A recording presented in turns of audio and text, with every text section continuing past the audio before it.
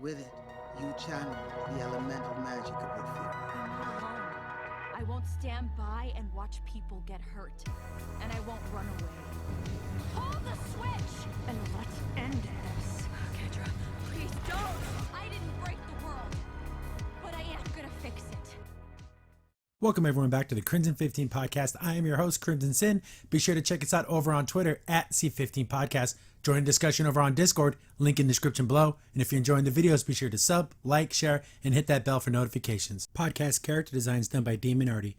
Like fan art, redesigns, original art, then Demon Artie's the artist you're going to want to follow. Be sure to check her out over on Twitter at ArtieDemon. If you like what you see, also consider supporting Demon Artie over on Patreon. For only $3 a month, you get access to Patreon-only community, concept art, voting on new art, bonus sketches, and the all-important fan service. So definitely check her out over on Patreon, because supporting independent art and artists is important. Season finale, part 2 of Destiny, of She-Ra and the Princesses of Power, and this is a really bad finale. It rushes through everything. It explains nothing. It gives you a bunch of questions, and it just sets itself up for another season, because I know you got to do that. You got to leave the doors open, leave some questions, unanswered, but they don't answer anything. And then it's just a big setup. Give us another season, give us another season. But finales should always keep it in their mind that, hey, we may not get another episode. We may not get another season, another anything. So at least give us something to where if it ended here, you'd be like, oh, okay, that's a little satisfying. They don't do that at all. Everything they did in last episode means nothing. No one does anything. It's ridiculous. We open up, and it's right where we left off. Glimmer took off to the Fright Zone, and She-Ra, or Adora, and Bo are there with King Micah, and they're like, oh, we have to go after Glimmer, stop her from doing this thing, and she's like, I'm gonna go after Lighthope. So, like, nothing happened. Like, it's so stupid because Micah does nothing, and Trapta does nothing. They saved her for no reason. At least in this episode, it was nice to save her because she needed to be saved, but not really. But she does nothing. Ugh. We get the opener. You'd think they would skip that in the season finale, but I guess not. Get to the Fright Zone, and it's Glimmer and Scorpia. Scorpia does a little sneaky thing. I'm great at sneaking around. Worry, I'm an expert on sneaking around this place. She's like 6'5" and I don't know, 290. She can sneak around apparently. They open a door, and then there's the trio, Lonnie, Kyle, and Rogelio. Is that right? But so the Fright Zone's humongous. It's ginormous. And they so happen to be going through this exact same door. Coincidences are one thing. It happens a lot in this show, and I can't stand it. But they see each other like, oh no, Scorpia could take out all three of these idiots with their eyes closed. But, Lonnie's holding her shock stick in a weird, stupid way, like in a reverse grip. She's like, whoa, Scorpia, you're back. Oh, greatness. Then they're running away too. Everyone's going AWOL. Even though everyone was ordered to attack Bright Moon, but not these three. Okay. So they're escaping too. And they're like, oh, you can't let Scorpia you can't let Catcher find you. She's like, yeah, I know. And she's like, yeah, you're one of us, so you got to be careful. So like, oh yeah, they're still her friends too. So hooray. Why not help them? But they just run away. So this whole episode's about getting people out of the way. Oh, here they are. They're disappeared and they're gone forever. We get to what could have been a fight. This whole sequence goes on for a while. And it's not really a fight as it is Hordak shooting laser beams at things and missing a lot. Because remember, he confronted Catcher at the end of the last episode. So he's trying to kill her. But he keeps missing because he's stupid. He keeps shooting at her. And then she's like, what's going on? Like, dude, she's trying to kill you. Look at the holes in these walls. You're going to die. He basically tells her, I know about Entrapta. And she's like, Entrapta was a traitor. And he's like, no, she's not. I know that you lied to me. She's like, ah, crap. Then she's doing a bunch of running away, like cat style, like on all fours. Okay. It's funny. Have you seen her run both ways? It just looks funny. She's running away, dodging everything because she's Catcher and she can't lose. She keeps trying to get in his head, bringing up, Big Brother's going to be here. I say all the stupid stuff about Horde Prime. It's I don't know what game she's trying to get there, but whatever. He's blowing up more stuff, and I'm going to try to put some clips in here.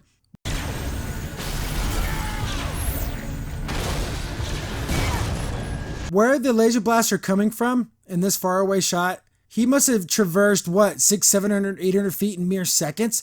Because this is a pretty pulled out angle. It's just, they don't know how to animate. So I guess they end up in the smelting place, the refinery, I guess, where they make all their weapons and everything. Catra's hiding up in the rafters. And, she's talking more crap, getting more stuff shot at her. Ah, my God. See, there's no fight. It was just her dodging a lot. The only physical contact comes where she beats his ever-living ass. Just like I said it was going to happen in the last episode, I not for one moment did I fear for Catra. At the end of, was it season 1, when he was choking her out, in that little, he pulled all the oxygen out of the room? I actually was scared for her. I'm like, oh my God, she's going to die. She's going to get hurt. Here, nothing. I had no fear whatsoever because I know she's going to win because she can't lose.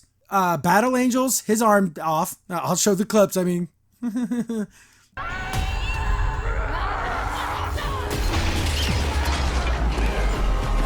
Just breaks it with one kick. Ridiculous. She one punches him, breaks his stick, or his laser cannon thing, and kicks him in his side. I guess she two punched him. Unbelievable. Absolutely unbelievable. There should have been more to this. Why can't there catch her ever be in a real fight? Ever. Hey, she's never struggled against anybody. She kicked Tongue Lasher's ass. She kicked Hordak's ass twice. Whenever she fights She-Ra, she kind of toys around with her. The only time she ever kind of felt fear is when She-Ra was what was it, corrupted She-Ra, which they never explored ever again. It's just a thing that can happen. And she rips out his power core and beats him that way. The same move as last time. I remember when she did it the first time, I thought, okay, Hordak's not that stupid. He's going to move it somewhere else. He's going to make that be a false thing, and his real power core is going to be somewhere else on his body.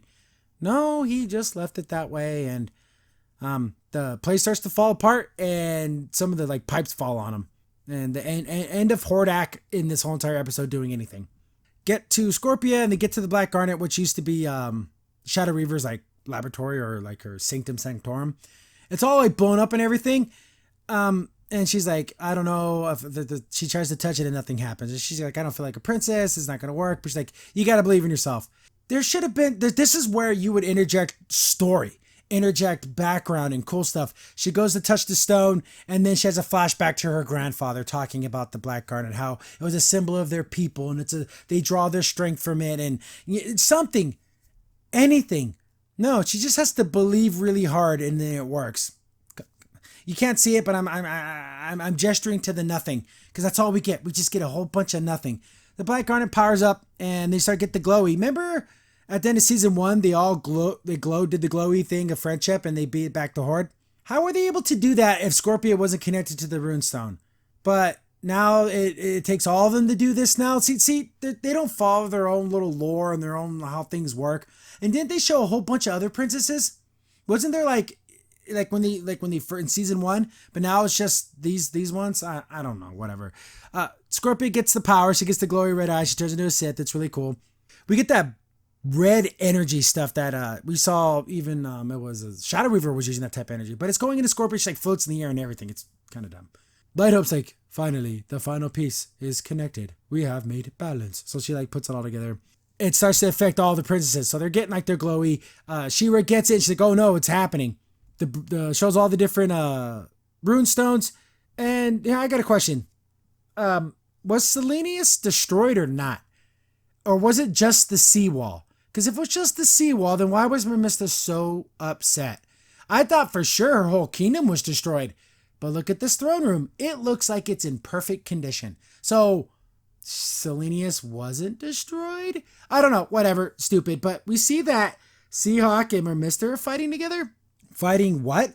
It looks like they're fighting Horde troops, but I'm thinking to myself, why? The last time we saw them, they were all doing the whole, they were staying at the castle. Then they all just left. And then I guess to fight these battles. They're getting all powered up. So she starts doing big old tidal wave attacks, breaking up the ships and stuff. Pretty cool stuff. We have Perfuma and Froster fighting together. They get the power up and yeah, we're getting cool. We're kicking everyone's butt. They're in, I guess, the Whispering Woods. We get back to Catra and we hear Adora's voice, but we know it's not Adora. It's freaking Double Trouble. And of course she's all freaked out. And Double Trouble, I like this and I don't like this. I like it because it's true what he says, what they say. but it has to be Double Trouble to do it. Only the non-binary individual can lay the smack down on Catra verbally. No one else can talk her down or, get in her face, but they can do it. Double Trouble saying these things kind of has no impact because it's just from an outsider's perspective. So they're turning into all the things like, all your friends and everything abandon you, but, you've been betrayed in the past. And I know that's they're turning into all the people in her life, turning into Shadow River, turning into Hordak. Oh, never trusted you. Oh, didn't need you. And turning into Adora. But they're like, hey, and then they turn into Scorpia and they're like, you're the problem. All these people left your life because of all the terrible, horrible things that you've done. All the pushing away you did. Everything left you alone because of you, which is 100% true. It's you. You drive them away, Wildcat. Why are you doing this? But this shit, it came from actual someone in her life, but whatever. It's still good though. I'll accept it. Double Trouble also brings up a little screen showing, that you went to go attack the Bright Moon, but they were ready for your troops and made an ambush. And I guess that's what the princesses went to go do, was to ambush them, which is smart, but they destroyed everything. What happened to their big pole spots and everything? Those things were whooping She-Ra's ass. And there was like 2 or 3 of them. Now the princess can just wipe them all out. Whatever happened to the pulse things? But they went right back to the same old crappy spider bots. So their whole attack in Bright Room didn't even happen. They all got wiped out before they even got to the castle. That's pathetic. But yeah, that's pretty funny. And Double Trouble's like, And she's like, so you betrayed me? Double Trouble's all about survival.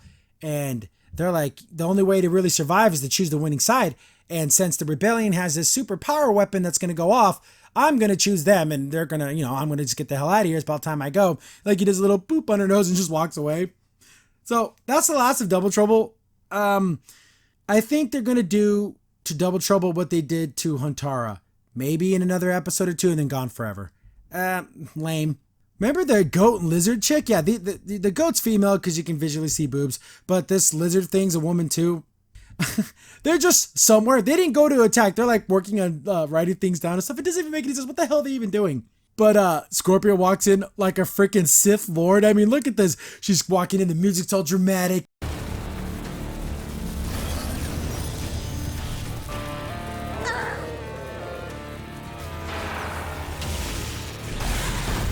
It's pretty badass. She's shooting lightning? Lightning, Scorpion. See, all the other princesses' powers make sense. Glimmer's is just magic, so it's like generic magic attacks. But Perfuma, it's going to be with the forest, and Frosta's with the ice, and Mimista's with the ocean. That makes sense. Scorpion, lightning. I thought it should have been fire. Desert, hot, heat. Makes more sense than lightning. But she has lightning blasts now. And so she shoots one out and hits the lizard chick and sends her flying all the way across the room. Lizard lady is dead. Then they end the badassness and it just goes right back to Scorpion being, oh, that's so cool. Isn't that awesome? We don't need silliness all the time. It's okay just to be serious. It really, really is. The goat chick just literally starts screaming and running away.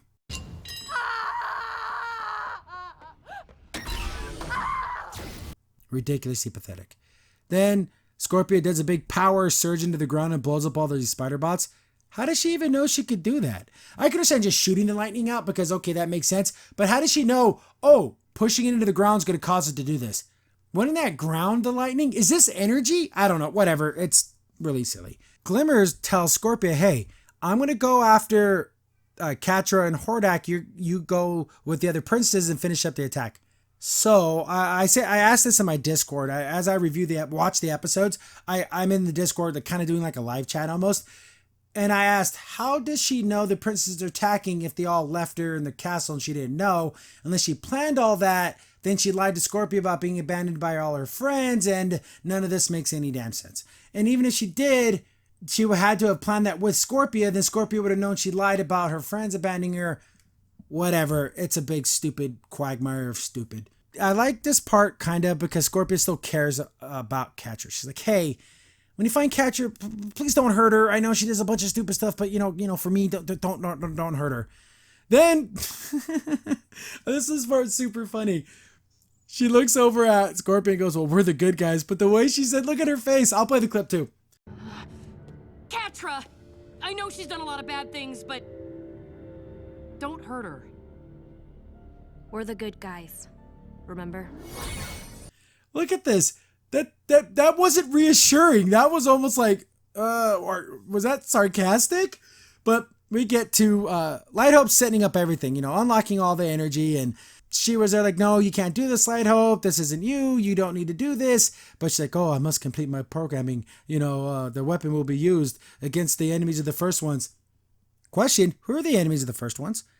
Is it Horde Prime? Were they enemies? But the way that Horde Prime, we meet him at the end, the way he talks, it doesn't seem like he has any idea who the first ones are. So this must be some ancient enemy that no one knows about. And I guess they were very Roman Empire-esque, and they just go around conquering planets. So the first ones are kind of like how Horde Prime is now. What if Horde Prime was from the first ones? Like, he's a great descendant of them. But I don't know. We don't get any answers. We just get a bunch of just like kind of talking back and forth. She-Ra keeps talking, trying to get her Light Hope not to do this, and she keeps mentioning Mara, and that kind of affects her. She's like, oh, Mara. And she's like, no, Mara was a traitor. The sword is the key, so the sword starts getting infected. It starts infecting She-Ra. She can't stop it. Light Hope even mentions that she wanted to complete the mission so bad, she even reached across the galaxy to bring her to Etheria. So, what? Can someone explain to me exactly what went down? Because we saw Hordak go through a little portal and then come back with the Dora, and then he gave a Dora to Shadow Weaver, and then they raised her from a baby. So, but Light Hope says she did it. So, did she physically do that, or did she allow Hordak to open up a portal and just hoped he would bring a Dora over, or did Light Hope strike a deal with Hordak? I don't know. Again, more questions, no answers. So, I don't know. Whatever. Hopefully they explain what the hell Light Hope actually physically did. But yeah, up to speculation at this point. Get to Glimmer, and she finds Catra. Somehow she finds her in this gigantic effing place. He just so happens to find her. And we see Catra all passed out on the ground. And she has her staff. She's like, ha ha ha. And she's talking crap because that's what Glimmer does. But Catra's like, it's over. Go ahead. What are you waiting for? And she kind of is not going to kill her in cold blood. She's not even fighting back. Catra's like, oh, I'm alone. And you're alone. Looks like you're alone. Look, we're both alone. What are you waiting for? Do it.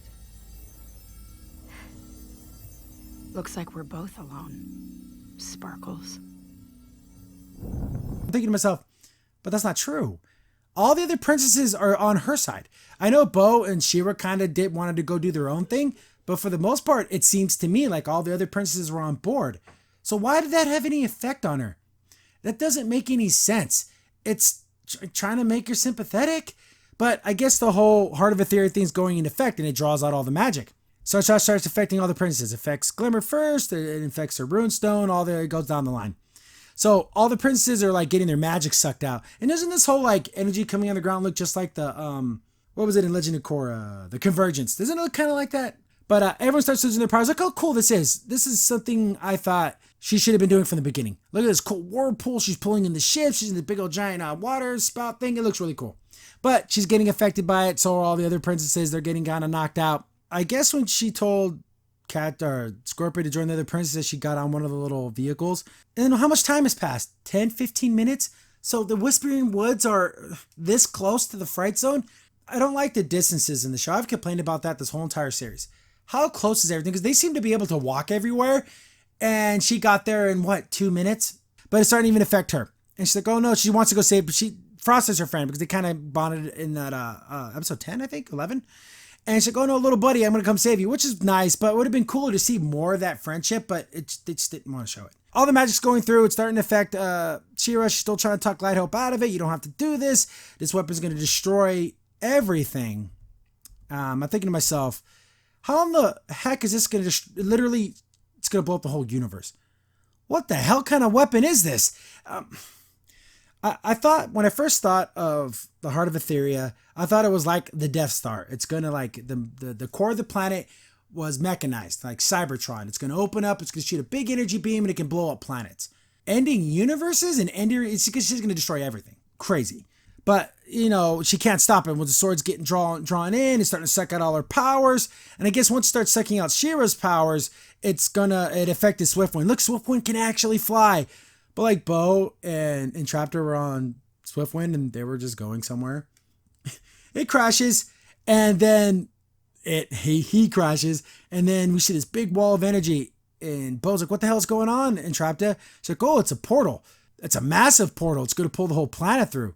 So the planet's no longer in Despondos. It's going to be just in the regular universe again. So this thing has enough energy, not only to teleport a whole planet, but then to blow up the whole universe afterwards. This magic is ridiculously strong. It's the strongest thing, like one of the strongest things in all fiction. My goodness. A little too powerful. Ridiculous.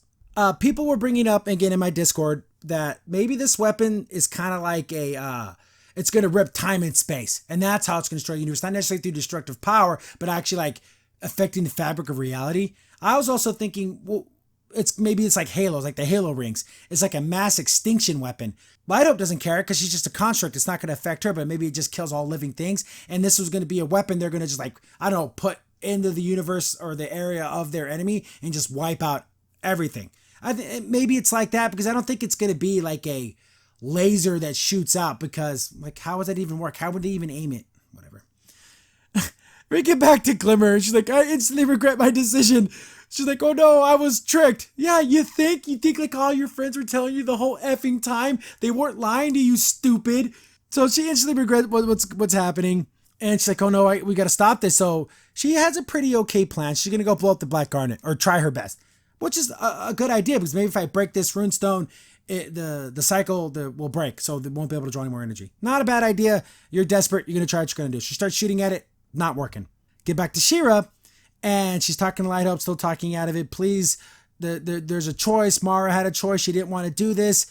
And then she's like, no, Mara's a traitor. But you can see, even when she starts talking about Mara, her voice changes a little bit. So there's those two different programs. Mara did bring up that she was changed out, or her programming was updated. So we have two different versions of Light Hope. But she's like, no, it must be done. So she starts to jam her sword back into the ground, still drawing out the energy.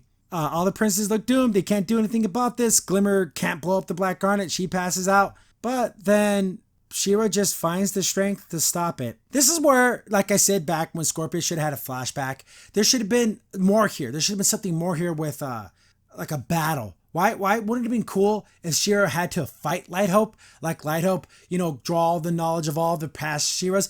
I was led to believe that there was multiple She-Ras. I'm talking like dozens of other She-Ras. And Mara just was the last one before Adora. But was Mara and Adora the only two She-Ras?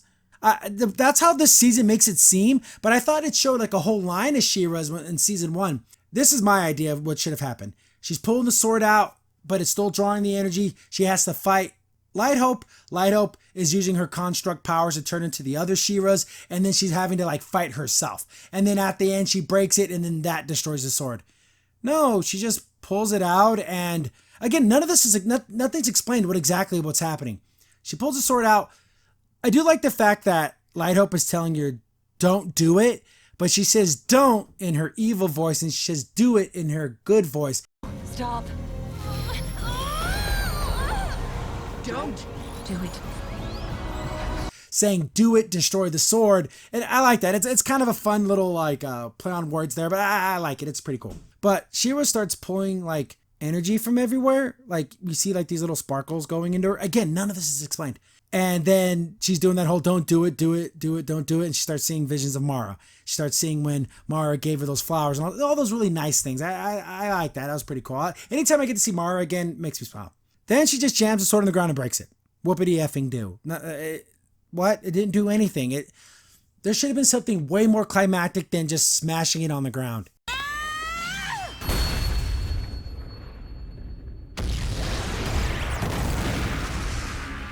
Adora looks pretty good with the hair down. Kind of cute. She's got to comb it. Maybe put it in a braid. That'd be really nice. She looks really good. I like this.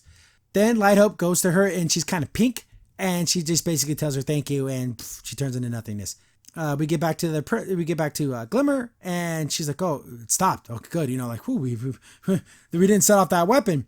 But here comes Hordak, like, "Oh no, Hordak's gonna kill her," and like a big, like a caveman idiot. Ugh. Hordak angry, like he picks up like a piece of metal and he's gonna just club her ass to death. Bo sticks him right in the face with an arrow.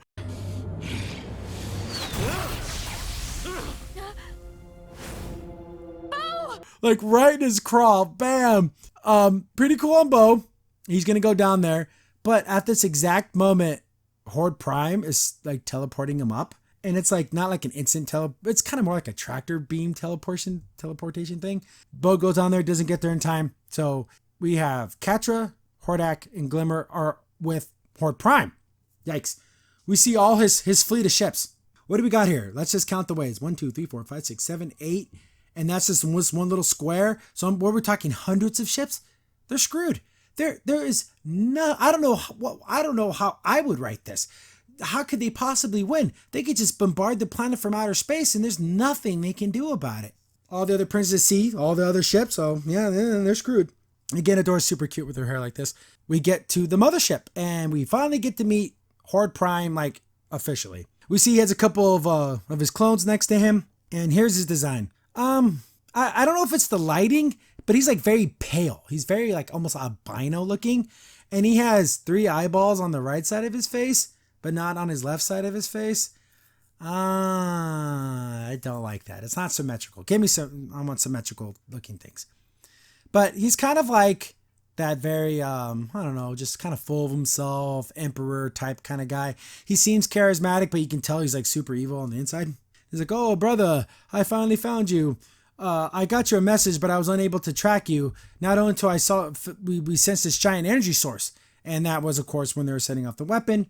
Horde Prime's like, "Oh, Hordak's like, oh, I conquered this planet for you. I did all this, all in your name and for you, my brother, so I can stand by your side." And this is an interesting little tidbit. I kind of like this. It's kind of this will come into play later. He walks up to Hordak, like, "Why can't I read your thoughts?" So I'm assuming he can read the thoughts of all his clones. So he kind of grabs his face and kind of has to do a mind meld. And he's like, "Oh, there we go. And oh, so you looks like you built this empire for yourself. And, you didn't do this in my name. You did it for your..." Here's the thing. He had to conquer this planet, right? So what was he supposed to, I get what he's saying, but he was still doing. Can't you read the fact that he wanted to impress you too? Isn't that there too? Didn't you sense any of that? But he also brings up a point where he kind of touches his chest where that Entrapta had her little gem. It's like, "Oh, there was even a time where you didn't want me to find you." So Hordak probably wanted to rule the planet and just have a life with Entrapta and like make her his queen or whatever. That was something he wanted. Like, even if it was just a little bit, but his brother like sensed it. And, his brother's like, "Oh, you thought you could stand, by my side. You're worthless. You're, basically calling him he's garbage." Picks him up by his throat, and I'm like, "Oh, damn, Hordak's going down for the count." And the funny thing is, Glimmer's watching all this, and she's like, "Holy crap, this big old bad guy that was supposed to be the end of everything is basically nothing compared to this other guy." Then he's like, "Oh, you're defective." Sticks him with his little, like, I don't know, his dreadlocks of doom. He sticks him with his dreadlocks and, like, knocks him out. And I guess he's going to go back for reprogramming or reconditioning. Why not just kill him and throw him away and make a new clone? You guys have plenty of clones to make. Like, what's the point of even keeping him around? I guess for the same reason why they kept Micah alive on Beast Island, for story reasons. But this guy, I get it. He's kind of like Thanos. He's like, oh, I'm sorry, I have a guest here. And he's like, "Oh, you're royalty, queen, am I right?" And, she's like, "Oh my God." She's like, "Are you going to just leave us alone?" And he's like, "Oh, no, you're my empire." What's up with the face touching? It's so creepy. This should be a kind and nice and loving thing you do. No, it's done like in a, you're just an insignificant little thing, and he could just snap her neck and just kill her. But he's basically telling her, "Oh, nope, you're going to be the next in the long line of my conquest. It's not going to mean anything to me." But in a last-ditch save, Catra walks out and goes, "You're not going to want to do that. If you kill her or destroy this planet, there's a powerful weapon here." And he's like, "Oh, yeah, that makes sense, that energy reading." He goes, "But this girl, along with the other princesses, are keys to that weapon. If you kill her, you'll never get this weapon." And he's like, that is a good point. But here's the thing.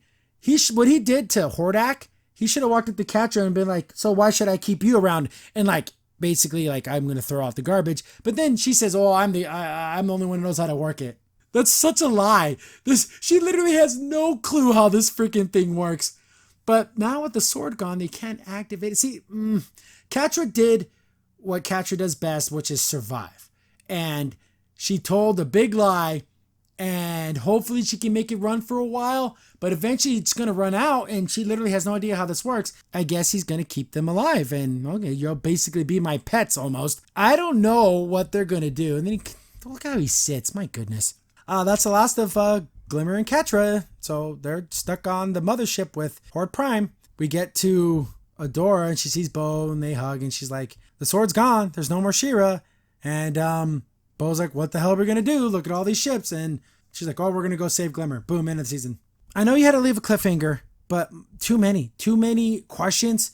There should have been way more answers. And they already alluded in this season because they showed it with Mara when she was able to heal the forest without the sword because you're She-Ra. She-Ra isn't the sword. Blah, blah, blah, blah, blah. So she'll probably be able to create a sword that's made of pure energy or some other BS. And she's still going to be able to be She-Ra because there's no other way they're going to be able to beat this guy. But that's going to wrap it up. I'm going to save my speculations. I have something super special planned for my what I want to see in season 5. It's going to be a real treat for you guys. Maybe it's going to be a collaboration with someone really awesome. But stay tuned for that. I'll keep you guys tabs on that. And then it should be coming out. You know, got to hammer out all the details. But I think we got something really cool planned for you guys. So yeah, what did you guys think of this season? People told me it got better. Now that I've seen every episode, I don't know if I agree with that. This season finale sucked. Way too many questions. Not enough cool moments. Too much just... there was no big battle. The big battle was Hordak shooting his laser beam at nothing and Catra just dodging it. That was the main battle. There should have been something... there should have been a battle between Light Hope and She-Ra. That would have been cool. Or where She-Ra loses her strength and it's Adora versus all the different She-Ras. And then she has to find her inner strength where it's Adora's the hero, not just She-Ra. She-Ra was just a power that she can tap into. It's Adora that's the hero. Wouldn't that have been a good message or something? But no, she just slams the sword on the ground and breaks it. Whatever. But yeah, stay tuned. I definitely want to do something special for you guys. And if you guys like it, we'll do more of it. But yeah, stay tuned till then and check you guys on the next video. Thank you for your allegiance, child. All creatures, no matter how small, have a place in service of Horde Prime. Crimson Saint here. Thanks for watching the video. If you're enjoying the content, be sure to sub, like, share, and hit the bell for notifications so you don't miss a single upload. If you have any tips or story ideas, hit us up on Twitter at C15 Podcast, or better yet, join our Discord server, link in the description below.